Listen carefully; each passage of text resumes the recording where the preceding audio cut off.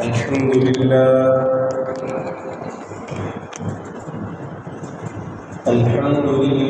نحمده ونستعينه ونستغفره ونؤمن به ونتوكل عليه ونعوذ بالله من شرور أنفسنا ومن سيئات أعمالنا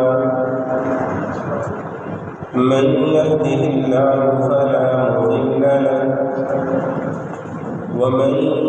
يضلل فلا هادي له ونشهد أن لا إله إلا الله وحده لا شريك له ونشهد أن سيدنا ومولانا محمدا عبده ورسوله أما بعد فأعوذ بالله من الشيطان الرجيم بسم الله الرحمن الرحيم يا أيها الرسل كلوا من الطيبات واعملوا صالحا إني بما تعملون عليم وقال النبي صلى الله تعالى عليه وسلم من أكل طيبا وعمل في سنة وأمن الناس بوائقه دخل الجنة رواه الترمذي وقال النبي صلى الله تعالى عليه وسلم أربع إذا كن فيك فلا عليك ما فاتك من الدنيا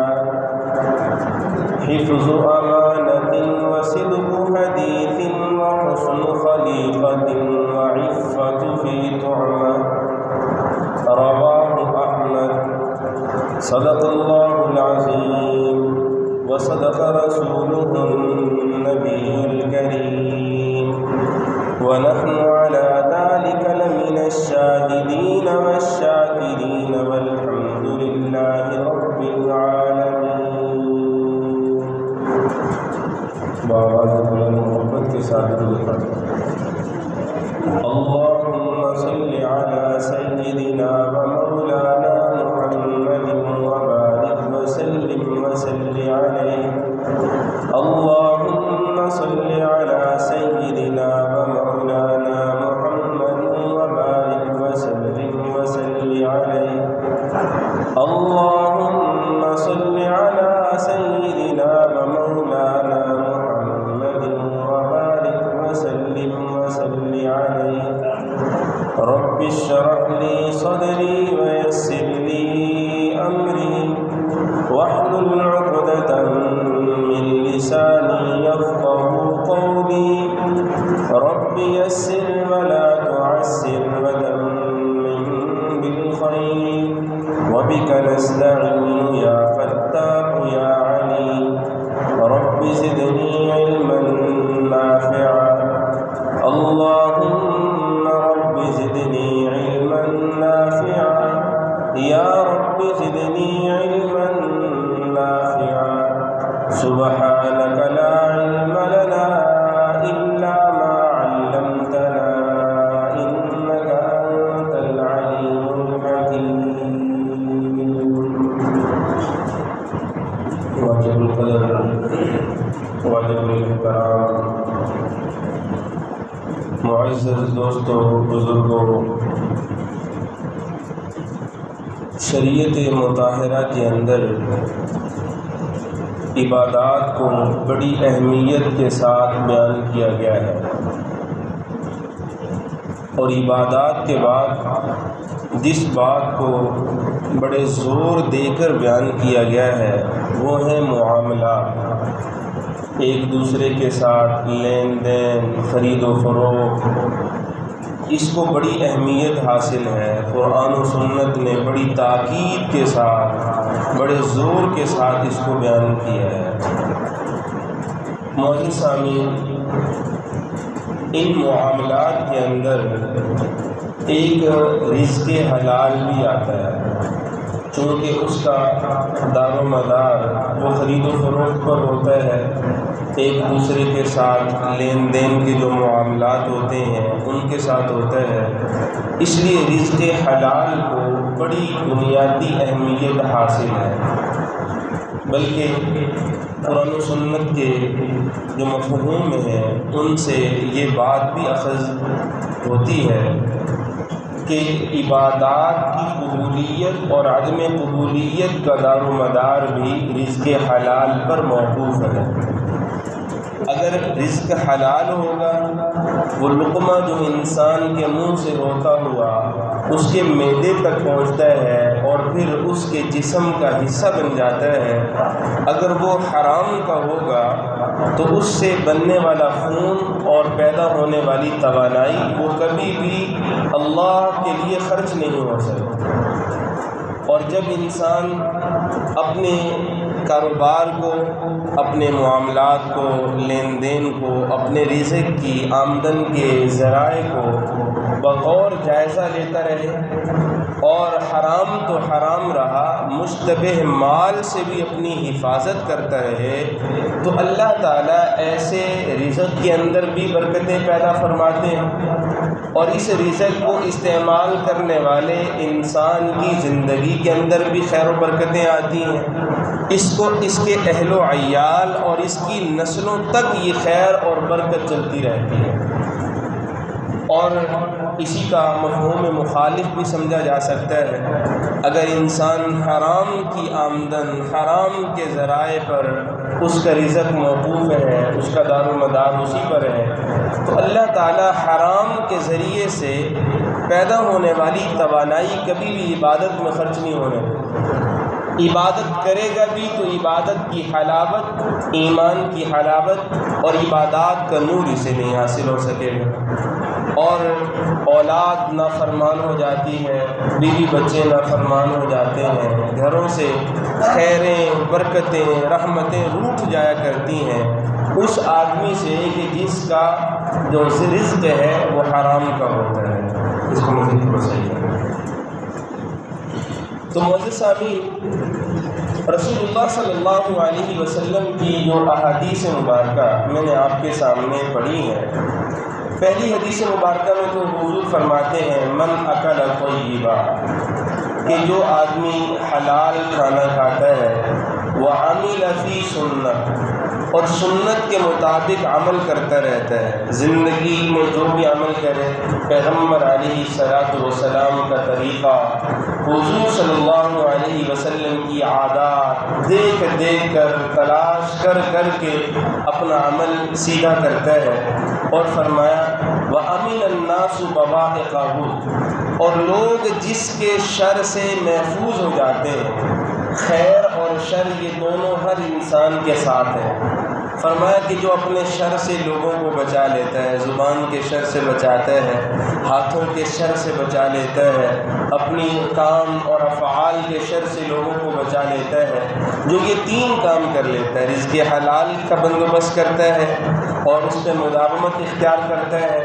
اور سنت کے مطابق اپنے عمل کرتا ہے، اور فرمایا کہ اپنے شر سے لوگوں کو بچا لیتا ہے، جس نے یہ تین عمل کر لیے دخل الجنہ، اللہ اس کو جنت میں داخل فرما دے گا۔ اس حدیث مبارکہ کو ترمذی کے اندر بیان کیا گیا ہے۔ اسی طرح جو دوسری حدیث میں نے آپ کے سامنے عرض کی ہے، اس میں رسول اللہ صلی اللہ علیہ وسلم فرماتے ہیں اربع اذا کن فیک فلا علیک ما فاتک من الدنیا، جس آدمی کے اندر یہ چار خصلتیں آ گئیں، یہ چار خوبیاں جس کے اندر پیدا ہو گئیں، اس کو گویا کہ دنیا کی ہر نعمت میسر آ گئی، اسے دنیا و ما فیہا کا سب کچھ حاصل ہو گیا، جس کے اندر آگے ذکر ہونے والے چار اوصاف جس کو عطا ہو گئے۔ فرمایا کہ پہلی چیز حفظ و امانت، امانتوں کی حفاظت کرنا، اور فرمایا کہ وصدق حدیث، باتوں کے اندر سچائی جسے مل گئی، اور فرمایا کہ وحسن خلیقت، جسے حسن اخلاق کی دولت سے نواز دیا گیا، وعفت فی طعمت، اور جس آدمی کو حلال مال عطا کر دیا گیا، حرام سے بچا لیا گیا، گویا کہ اسے دنیا و ما فیہا کی ساری نعمتیں عطا ہو گئی۔ اتنی اہم یہ چیزیں ہیں، حلال و حرام کی تمیز یہ اتنا ضروری ہے۔ ہمارے دور کے اندر عبادات کا ذوق کسی قدر نظر آتا ہے، لوگ عبادات کی کوشش کرتے ہیں، آپ کو صف اول کے نمازی بھی نظر آئیں گے، آپ کو ذکر اذکار کرنے والے بھی نظر آ جائیں گے، آپ دیکھیں گے تو تلاوت قرآن پاک کی توفیق بھی لوگوں کو میسر ہوتی ہے، اور بہت ایسے خوش نصیب بھی ہوتے ہیں کہ اللہ تعالیٰ ان کو نوافل اور بالخصوص تہجد کی بھی توفیق عطا فرمائی ہوئی ہوتی ہے، اس کا بھی وہ اہتمام کر رہے ہوتے ہیں۔ عبادات کا ذوق گو کم ہے لیکن کسی قدر نظر آ جاتا ہے، لیکن معزز سامعین، حلال و حرام سے بچنے کی جو فکر امت کو ہونی چاہیے ویسی فکر آج نظر نہیں آتی۔ وہ جذبہ حلال کا اور جو ہے وہ حرام سے بچنے کا یہ امت کے اندر مفقود ہوتا چلا جا رہا ہے۔ لوگ دنیا کی محبت اور دنیا کی حرص کے اندر اتنا بڑھ چکے ہیں کہ ان کے پاس مال آنا چاہیے، ان کے پاس روپے پیسے آنے چاہیے، ان کو جو ہے وہ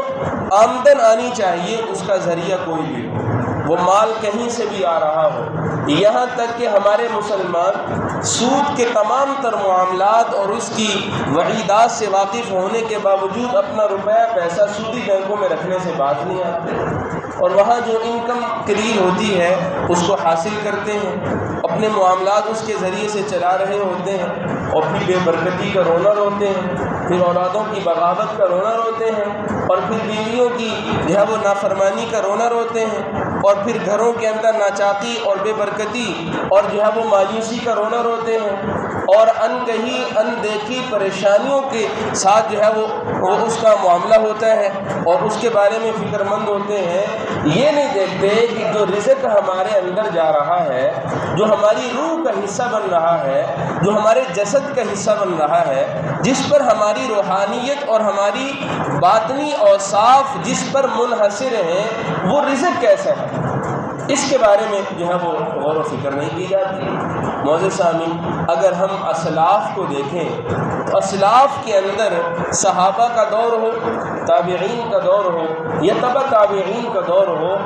رزق کے معاملے میں احتیاط حیرت انگیز نظر آتی ہے۔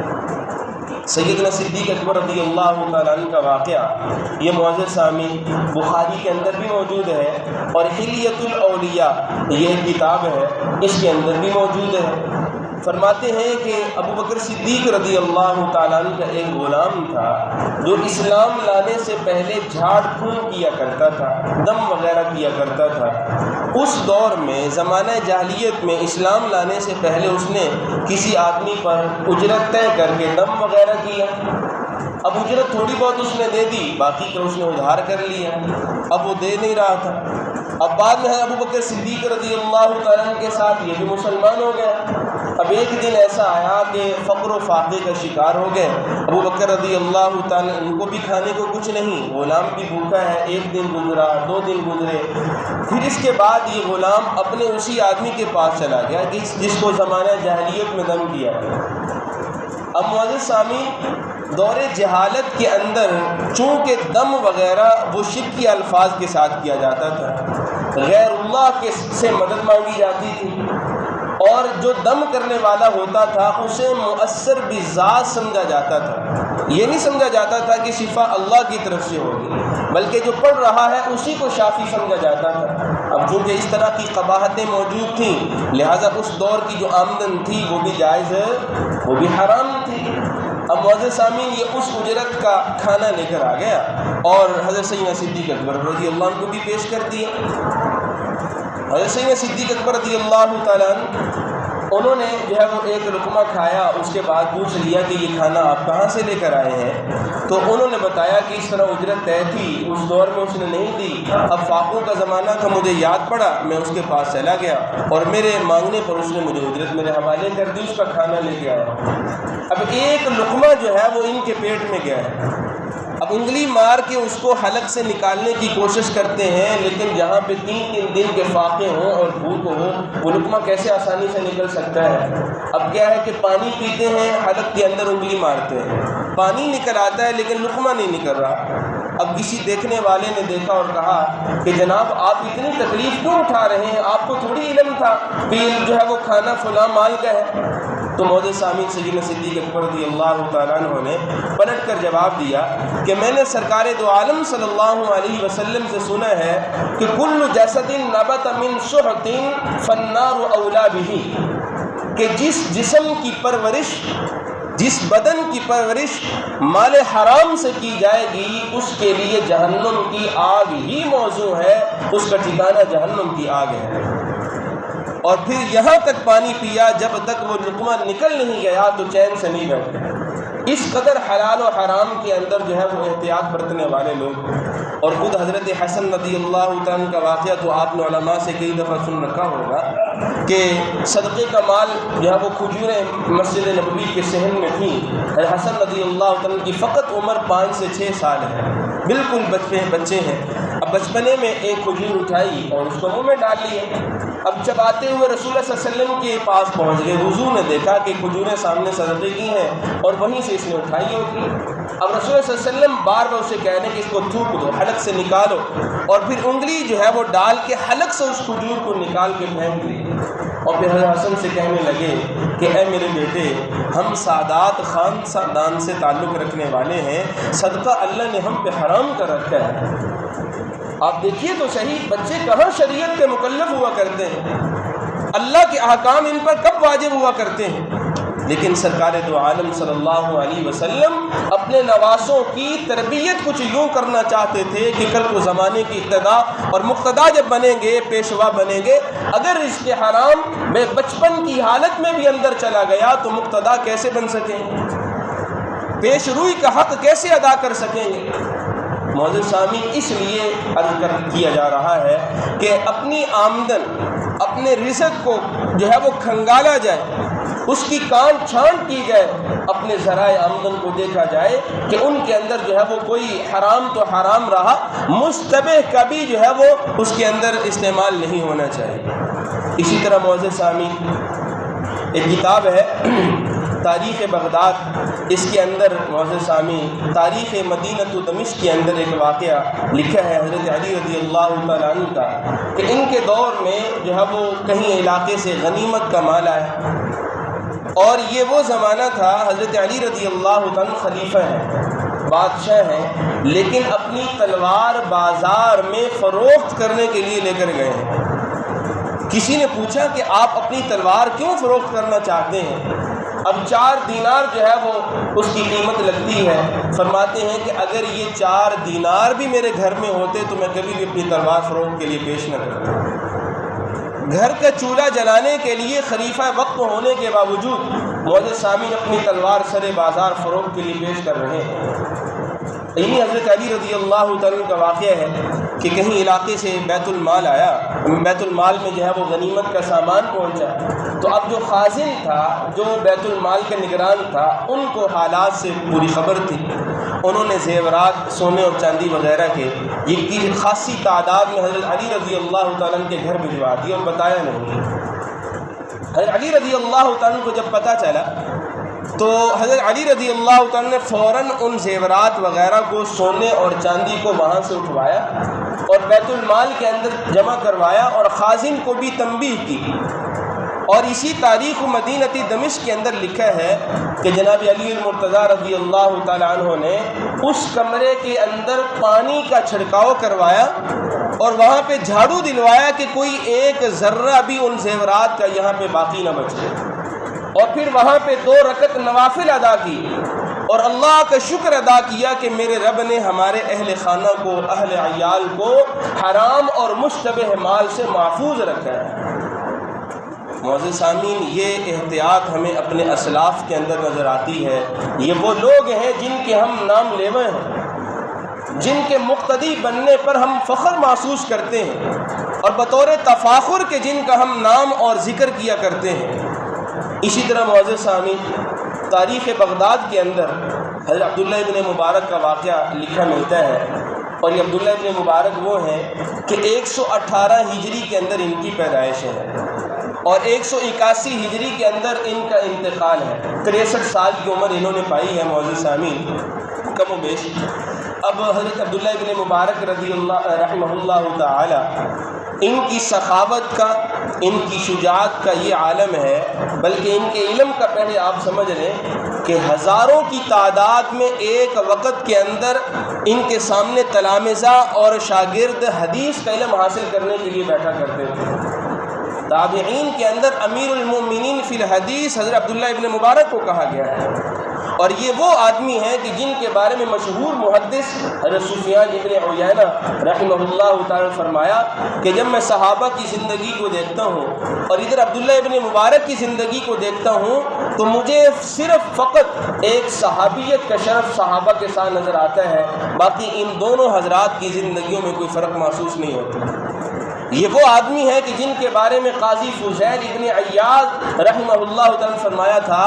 کہ جب سے عبداللہ ابن مبارک اس دنیا سے گیا ہے، ان کا خلا آج تک کوئی دوسرا پر نہیں کر سکا۔ آج تک جو ہے وہ لوگ ان کا انخلا اور ان کا خلا محسوس کرتے ہیں، ان کی کمی محسوس کرتے ہیں۔ ان کا ورع ہو، ان کا زہد ہو، ان کا تقوی ہو، ان کی عبادت ہو، ان کا جہاد ہو، ان کی سخاوت ہو۔ جہاد اور عبادت کے بارے میں یہ آتا ہے، البدایہ والنہایہ کتاب ہے، اس کے اندر ان کے بارے میں لکھا ہے، اور اسی طرح سیر اعلام النبلاء کے اندر بھی یہ بات لکھی ہے کہ حضرت عبداللہ ابن مبارک رحمہ اللہ تعالی 1 سال جہاد کے لیے تشریف لے جایا کرتے تھے، اور 1 سال حج پر تشریف لے کر جایا کرتے تھے۔ اور جب حج پر جایا کرتے تھے، اسی سیر اعلام النبلاء کے اندر یہ بات لکھی ہے کہ جب حج پر جاتے تو جتنے جو ہے وہ رفقا ساتھ ہوتے، علماء کا ایک جمگٹھا ان کے ساتھ ہوتا، 20 کی تعداد میں علماء کرام اور مشائخ کو اپنے ساتھ حج پر لے کر جایا کرتے تھے، اور کسی کا 1 روپیہ پیسہ خرچ نہیں ہونے دیتے تھے، سب کا خرچہ اپنی جیب سے ادا کیا کرتے تھے۔ فرماتے کہ ان کو پہلے جانے سے پہلے جمع کر لیتے اور ان کی ایک دعوت کیا کرتے، ان کو کھانا وغیرہ کھلاتے، اور پھر ان سے کہتے کہ آپ کے جو سفر کے اخراجات آپ نے ساتھ رکھے ہیں، زاد راہ ہے، وہ مجھے جمع کروا دیں۔ پھر تھیلیوں میں ان کو ڈال کر ان کے اوپر نام لکھ کے اپنے گھر کے ایک محفوظ صندوق کے اندر ان کو رکھ دیتے، اور پھر راستے کے اندر خوب ان کی ضیافت کرتے، وہاں کے رہنے کے جتنے اخراجات اپنی جیب سے برداشت کیا کرتے، اور وہاں جب حج کر لیتے تو حج سے واپسی پر گھر والوں کے لیے، اہل و عیال کے لیے تحفے تحائف بھی ان کو خرید کر دیتے، اور جب واپس آتے تو 1-2 دن کے بعد ان کی پھر معزز سامعین دعوت کرتے، ضیافت کرتے، اور وہ تھیلیاں اٹھا کر ان کے حوالے کرتے۔ لوگ کہتے کہ ہم نے تو آپ کو یہ جو زاد راہ دیا تھا، یہ راستے میں خرچ کرنے کے لیے دیا تھا۔ تو وہ کہتے کہ میں نے پہلے سے ارادہ اور نیت کر رکھی تھی کہ میں نے آپ کا 1 روپیہ خرچ نہیں ہونے دینا، اور فرمایا کرتے تھے کہ میں تجارت کو کرتا ہی اس لیے ہوں کہ علماء اور مشائخ پر خرچ کر سکوں، اللہ کے راستے میں اسے قربان کر سکوں۔ یہ ان کا جذبہ تھا۔ حضرت عبداللہ ابن مبارک رحمہ اللہ کی بات کر رہا ہوں معزز سامعین، یہ وہ آدمی ہے کہ جب ہارون الرشید کے زمانہ میں رقہ شہر کے اندر داخل ہوئے تو پورا شہر سے باہر آ کے ان کا استقبال کرنے لگا۔ ہارون الرشید کی جو بیوی تھیں زبیدہ، انہوں نے جب دیکھا کہ لوگ جو ہے وہ شہر کے اندر ایک شور بپا ہے، فضا غبار آلود ہے، اور ایک جو ہے وہ جم غفیر کسی طرف بڑھ رہا ہے، تو پریشان ہو گئی اور اپنی خادمہ سے کہنے لگیں کہ کیا کسی دشمن نے شہر پہ حملہ کر دیا ہے؟ تو خادمہ نے بتایا کہ کیا آپ کو نہیں پتا کہ کسی نے حملہ نہیں کیا، بلکہ خراسان کا امام جو ہے وہ یہاں پر رقہ شہر کے اندر آیا ہے، لوگ اس کی محبت میں استقبال کے لیے شہر سے باہر گئے ہیں۔ تو معزز سامعین، بے اختیار زبان سے چند جملے نکلے زبیدہ کے، اور کہنے لگی ہذا واللہ الملک لا ملک ہارون، اللہ کی قسم ہارون کہاں بادشاہ ہے، بادشاہت تو یہ ہے کہ کہ لوگ جس کی محبت میں بغیر کسی جو ہے وہ لالچ اور حرص و ہوس کے اس کی محبت میں باہر نکل کے کھڑے ہوئے ہیں، اور کہنے لگی کہ ہارون الرشید تو وہ ہے الذی لا یجمع الناس الا بصوت واعوان، کہ ہارون الرشید نے جب کوئی جلسہ کرنا ہوتا ہے تو ہمارے آج کے سیاستدانوں کی طرح، یہ پرانے زمانے کے جو ہے وہ طور طریقے چلے آ رہے ہیں، وہ لوگوں کو پریشرائز کر کے، دباؤ کر کے، لالچ دے کے کہیں جمع کرتے ہیں، اور یہاں پہ تو کسی نے کسی کو کچھ نہیں دیا اور لوگ کیسے ایک دوسرے کے اوپر چڑھ دوڑ رہے ہیں۔ یہ عبداللہ ابن مبارک رحمہ اللہ تعالی ہے، لیکن معزز سامعین یہ زندگی کی ساری برکات، یہ سارے کے سارے انعامات، یہ اعزاز و اکرام یہ بغیر کسی وجہ کے نہیں آ گیا، اس کے پیچھے چند وجوہات ہیں، ان میں بنیادی وجہ حلال و حرام کی تمیز ہے، بنیادی وجہ جائز و ناجائز کا فرق ہے۔ ان کے بارے میں آتا ہے یہ تاریخ مدینہ دمشق کے اندر کہ جب یہ زمانے طالب علمی کے اندر خراسان سے شام کے اندر پڑھنے کے لیے تشریف لے کر گئے تو اثناء درس جیسے عام طور پہ طلباء ایک دوسرے سے چیزیں عاریتاً لے لیا کرتے ہیں، تو انہوں نے قلم اپنے ایک ساتھی سے وصول کیا اور اس سے لکھنے لگے، پھر بے خبری کے اندر اس قلم کو اپنے سامان میں ڈالا، جتنے دن وہاں پہ رہے جو پڑھنا تھا پڑھا، اس کے بعد خراسان واپس آ گئے، ایران میں واپس آ گئے۔ اب جب وہاں پہ آ کے اپنا سامان کھولا دیکھا تو جو ساتھی کا قلم تھا وہ سامان میں موجود تھا، اتنے پریشان ہوئے کہ فوراً اپنا سامان وہیں پہ باندھا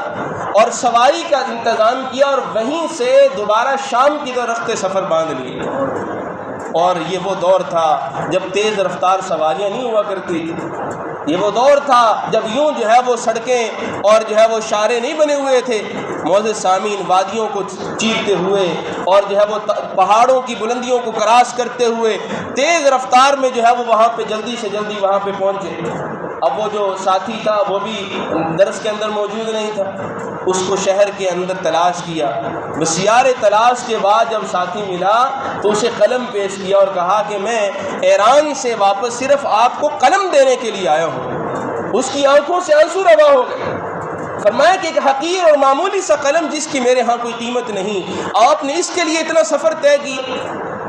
تو تڑپ کر کہنے لگے کہ میں نے اپنے پیغمبر صلی اللہ علیہ وسلم کی حدیث یاد کر رکھی ہے، میرے پیغمبر نے فرمایا کہ تم پر اپنے بھائی کا مال حرام ہے جب تک کہ وہ طیب نفس کے ساتھ تمہیں ادا نہ کرے، دلی خوشی اور دلی رضامندی سے تمہیں وہ پیش نہ کر دے۔ میں نے تو تم سے عاریتاً لیا تھا، یہ کیسے میں اپنے پاس رکھ سکتا تھا؟ معزز سامعین ان لوگوں نے جب حلال و حرام کے اندر یوں تمیز کی ہے، احتیاط سے دامن اپنا بچایا ہے، تو اللہ تعالیٰ نے نوازا بھی انہی لوگوں کو۔ اسی طرح معزز سامعین ایک کتاب ہے الخیرات الاحسان فی مناقب الامام الاعظم ابو حنیفہ النعمان کے نام سے، اس کے اندر امام اعظم ابو حنیفہ رحمۃ اللہ تعالیٰ علیہ کا ایک واقعہ لکھا ہے کہ کپڑے کا کاروبار کیا کرتے تھے، تو ایک تھان ان کے پاس ایسا تھا جس کے اندر جو ہے وہ کپڑا پھٹا ہوا تھا، اس میں ایک عیب تھا۔ اب جو ان کے ساتھی تھے جو وہاں پہ بیٹھا کرتے تھے، تجارت کو دیکھا کرتے تھے، ان سے انہوں نے کہہ رکھا تھا کہ اس میں ایک عیب ہے، آپ جس کو بھی بیچیں یہ عیب بتلا کر بیچیں۔ اب معزز سامعین شام کو جب اپنے جو ہے وہ کاروبار اپنی جگہ پہ آئے تو دیکھا وہ تھان نہیں ہے، ان سے پوچھا کہ وہ تھان کپڑے کا کہاں ہے؟ انہوں نے کہا کہ وہ تو میں نے بیچ دیا۔ پوچھا کتنے میں بیچا؟ اس نے کہا میں نے 100 دراہم میں بیچا۔ کوئی مسافر آیا تھا، اس کو میں نے 100 دراہم بتایا، اسے وہ کپڑا پسند آ گیا اور جو ہے وہ میں نے اسے فروخت کر دیا۔ فرمایا کہ میں نے آپ کو بتایا نہیں تھا کہ اس کے اندر ایک عیب بھی ہے، اور ساتھ میں نے یہ بھی بتایا تھا کہ اس کی قیمت 70 دراہم ہے۔ تو کہنے لگا کہ امام صاحب انہوں نے خوشی سے جو ہے وہ اس کو پسند کیا ہے اور اپنی خوشی سے وہ قیمت دے کر گئے ہیں۔ اب معزز سامعین اپنے اسی ساتھی کو وہاں سے اٹھایا اور کہا کہ جاؤ شہر کے اندر اس کو تلاش کرو۔ اب جب شہر کے اندر دیکھا، تلاش کے باوجود جب وہ نہ ملا، وہ تو کہیں مسافر تھا، وہ چلے گئے۔ اب معزز سامعین کہا کہ اپنے اس گلے کو کھولو جہاں پہ آپ دن بھر کی سیل رکھا کرتے ہو۔ اب دیکھا تو دن بھر کی جو آمدن تھی وہ 30,000 دراہم تھی۔ فرمایا کہ چونکہ اس کے اندر مشتبہ مال کے 30 درہم داخل ہو چکے ہیں، لہٰذا اس کا 1 درہم بھی مجھ پر حرام ہے۔ 30 کا 30,000 جو ہے وہ معزز سامعین کوفہ کے غرباء کے اندر تقسیم کروا دیے۔ جب انسان احتیاط کا دامن پکڑتا ہے، جائز ناجائز اور حلال و حرام کی تمیز کرتا ہے، تو اللہ تعالیٰ پھر جو ہے وہ لوگوں کو ایسے ہی برکات عطا فرمایا کرتے ہیں جیسے ہمارے اسلاف کو عطا ہوئی ہے۔ اس لیے معزز سامعین آج ہم پریشانیوں کے شکار ہوتے ہیں، ہم جو ہے وہ ہر طرح کی بے برکتی کا رونا روتے ہیں، ہر طرح کی نحوست کے باطل چھائے ہوئے ہیں۔ معزز سامعین، عبادات میں جی نہیں لگتا، عبادات کا ذوق ختم ہوتا چلا جا رہا ہے، عبادات کی طرف رغبت دل کے اندر پیدا نہیں ہوتی، ایمان کی حلاوتوں سے ہم محروم ہوتے چلے جا رہے ہیں۔ اس کی بنیادی وجہ یہ ہے کہ ہمارا رزق مشکوک ہو گیا۔ اور رسول اللہ صلی اللہ علیہ وسلم نے ایک موقع پہ فرمایا، الحلال بین والحرام بین وبینہما مشتبہات لا یعلمون فیہما کثیر من الناس، کہ لوگوں حلال بھی واضح ہے، حرام بھی واضح ہے، ان دونوں کے درمیان مشتبہ چیزیں ہیں اور لوگوں کی اکثریت اس سے واقف نہیں ہے۔ اور حضور نے اسی حدیث مبارکہ میں فرمایا، نعمان بن بشیر رضی اللہ عنہ اس حدیث کے راوی ہیں، وہ فرماتے ہیں کہ حضور نے آگے فرمایا، جب کوئی مشتبہ مال کی طرف قدم بڑھاتا ہے وہ حرام میں جا گرتا ہے۔ ایک دفعہ مشتبہ مال کو کھائے گا، دوسری دفعہ کھائے گا، اس کی جھجک ختم ہو جائے گی، وہ حرام کی طرف بھی لپکنے لگے گا۔ اور پھر حضور صلی اللہ علیہ وسلم نے حلال و حرام اور اس غذا کو، اس خوراک کو انسان کے دل کے ساتھ نکھی کیا ہے۔ اسی حدیث مبارکہ میں رسول اللہ صلی اللہ علیہ وسلم کا وہ فصیح و بلیغ جملہ موجود ہے، فرمایا کہ الا ان فی الجسد مضغہ، جب انسان کے دل کے اندر ایک خون کا لوتھڑا ہے، اذا صلحت صلح الجسد کلہ واذا فسدت فسد الجسد کلہ، جب وہ لوتھڑا خون کا خراب ہوتا ہے، فاسد ہوتا ہے، اس کا سارے کا سارا جسم فاسد ہو جاتا ہے، اور جب وہ صحیح ہو جاتا ہے تو سارے کا سارا جسم صحیح ہو جاتا ہے۔ اور فرمایا الا وہی قلب، لوگوں غور سے سن لو کہ وہ دل ہے، وہ دل ہے، وہ دل ہے۔ یعنی انسان کے جو مال ہے، جو رزق ہے، جو انسان خوراک استعمال کرتا ہے، اس کے اثرات انسان کے قلب تک پہنچتے ہیں، اور قلب یہ ایک ایسی چیز ہے جو انسان کی خیر اور شر کی طرف رہنمائی کرتا ہے۔ اس لیے معزز سامعین، یہی گزارش ہے کہ اپنی آمدن کے ذرائع، اور یہ میں اکثر دیکھا کرتا ہوں، لوگ ریڈیو پہ کھڑے ہو کے، دکانوں پہ کھڑے ہو کے، بغیر کسی اجازت کے وہاں سے چیز اٹھا کے کھا رہے ہوتے ہیں۔ یہ ہمارے یہاں وہ مسجد کے ساتھ ہی ایک آدمی بیٹھے ہیں، سموسے اور جلیبیاں وغیرہ، لوگ اس کا بھی بغیر پوچھے بتا کے کھا رہے ہوتے، بغیر بتائے کھا رہے ہوتے۔ ایک دفعہ میں نے اس سے پوچھا، میں نے کہا یہ جو لوگ آپ کی چیزیں اٹھا کے کھاتے ہیں، آپ کو برا نہیں محسوس ہوتا؟ پتہ ہے اس کا کیا جملہ تھا؟ یہ ہم کھا رہے ہوتے ہیں نا سارے کے سارے، اچھی طریقے سے سن لیجیے، یہ تربیتی طور پہ میں آپ سے گزارش کر رہا ہوں۔ وہ کہنے لگے کہ میں ان سے کیا کہوں، تکلیف تو بہت پہنچتی ہے، لیکن میں ان کو کیا کہوں، یہ بڑے ہیں اور مسجد سے نکلتے ہیں، یا پھر جو ہے معزز ہوتے ہیں گاؤں کے، اب بغیر کسی جب اجازت کے یا پیسے دیے جب اٹھا کے کھاتے ہیں، میں ان کو کیا کہہ سکتا ہوں؟ اسے میں کچھ نہیں کہتا، خاموش ہو جاتا ہوں، برداشت کرتا ہوں۔ معزز سامعین، یہ جو ذرات ہمارے جو ہے وہ اندر جاتے ہیں، کیا یہ روحانیت پیدا کریں گے؟ کیا ہماری باطنی ترقی جو ہے وہ اس سے منسلک ہوگی؟ ہماری باطنی ترقی جو ہے وہ ہو سکے گی جب حلال جو ہے وہ اس کا دامن ہم چھوڑ دیں گے اور حرام کے راستوں پہ چلیں گے؟ معزز سامعین، پھر عبادات کا نور اٹھ جایا کرتا ہے۔ اللہ تعالیٰ سے دعا ہے اللہ تعالیٰ اپنی آمدن کے ذرائع اسے کھنگالنے کی توفیق عطا فرمائے، انہیں چھانٹی کرنے کی توفیق عطا فرمائے، اللہ حرام سے ہماری حفاظت فرمائے، حلال میں برکتیں پیدا فرمائے۔